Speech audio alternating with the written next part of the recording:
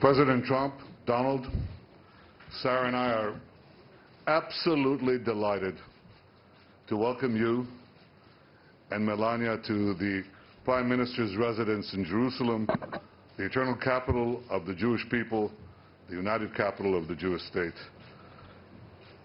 We've known each other for many years, and it's always good to see you. But it's also wonderful to see the blossoming friendship between our two beautiful wives, Sarah and Melania. You're so welcome here, and we're so pleased to see you. We're honored to have you in our home. You've been today, Mr. President, to the Western Wall, one of the holiest sites of Judaism.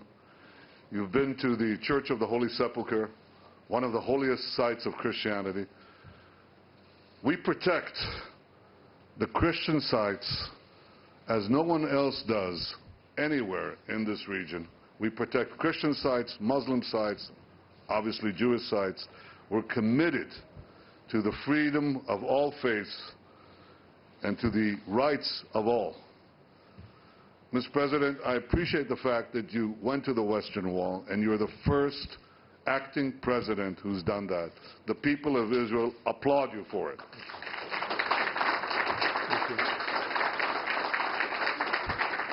We had a terrific discussion today, and when I say terrific, it encompasses everything. We could talk about deregulation, we could talk about economics.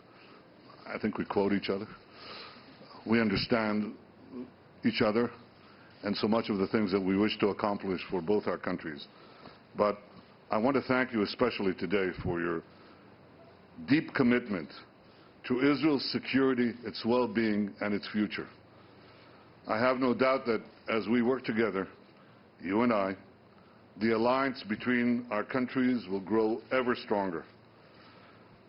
I want you to know how much we appreciate the change in American policy on Iran, which you enunciated so clearly just an hour ago. I want you to know how much we appreciate your bold decision to act against the use of chemical weapons in Syria. And I want to tell you also how much we appreciate the reassertion of American leadership in the Middle East. I look forward to working closely with you to confront the dangers we face together in this violent and volatile Middle East. I believe that together we could roll back Iran's march of aggression and terror in this region, and we can thwart Iran's unbridled ambition to become a nuclear weapon state. I also look forward to working closely with you to advance peace in our region, because you have noted so succinctly that common dangers are turning former enemies into partners. And that's where we see something new and potentially something very promising.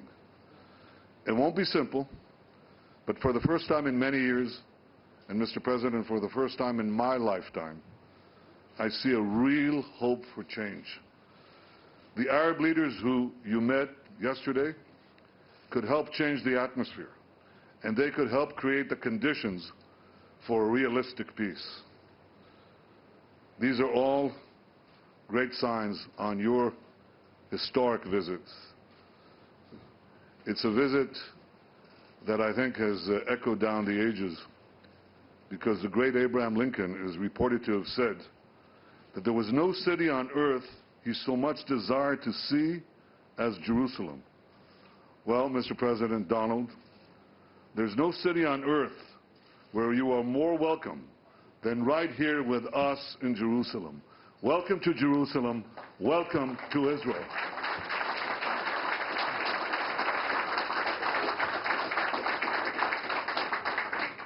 Thank you very much, and it's a great honor to be with my good friend, Prime Minister Netanyahu, and of course, Sarah, thank you.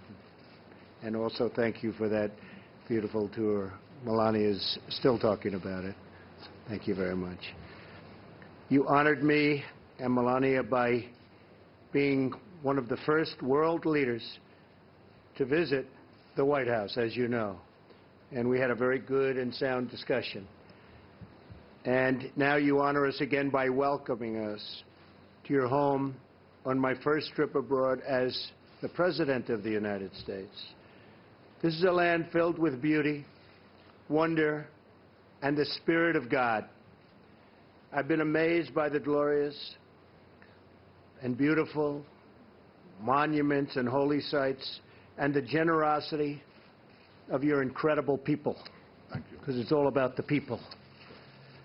I was deeply moved by my visit today to the Western Wall. Words fail to capture the experience. It will leave an impression on me forever. Today we reaffirm the unbreakable bond of friendship between Israel and the United States. A friendship built on our shared love of freedom, our shared belief in human dignity, and our shared hope for an Israel at lasting peace. We want Israel to have peace. But we are more than friends. We are great allies. We have so many opportunities in front of us. But we must seize them together. We must take advantage of the situation. And there are many, many things that can happen now that would never have been able to happen before, and we understand that very well. That includes advancing prosperity, defeating the evils of terrorism, and facing the threat of an Iranian regime that is threatening the region and causing so much violence and suffering.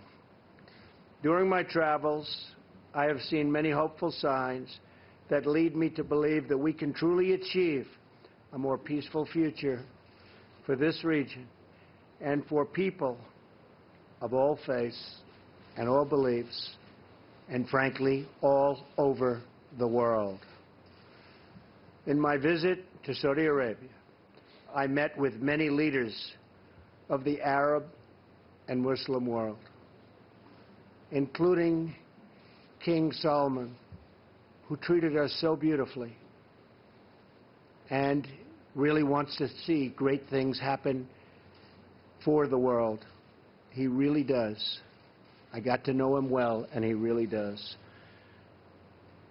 These leaders voice concerns we all share about ISIS, about Iran's rising ambitions and rolling back its gains, and about the menace of extremism that has spread through too many parts of the Muslim world.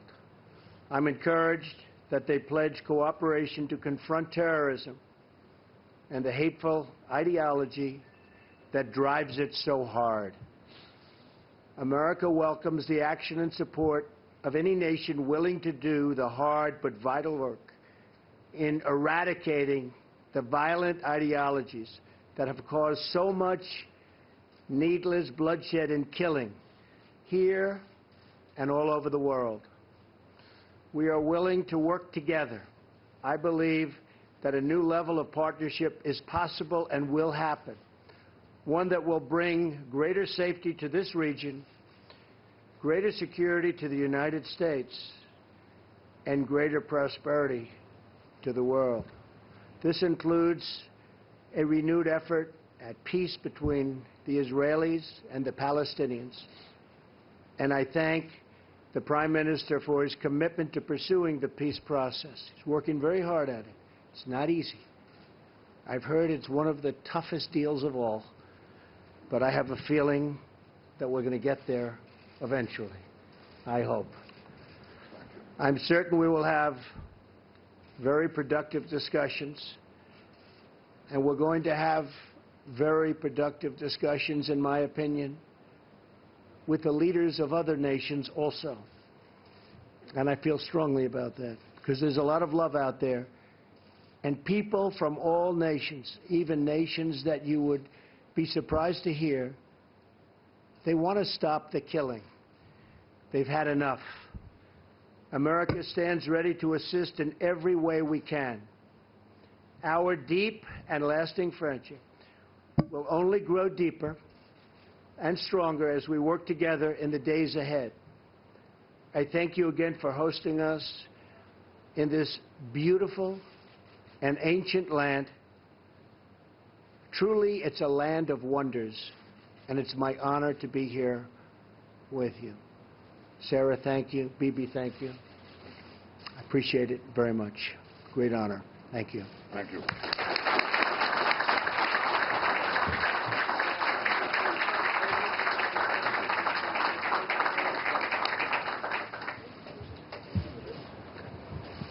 Where would you like us to stand? There. We have our name. Oh, we have one. We even have cards.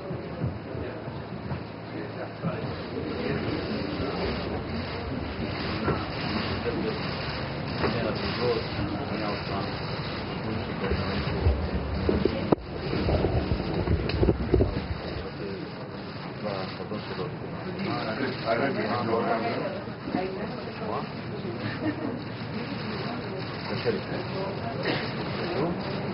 Thank you very much. Thank you.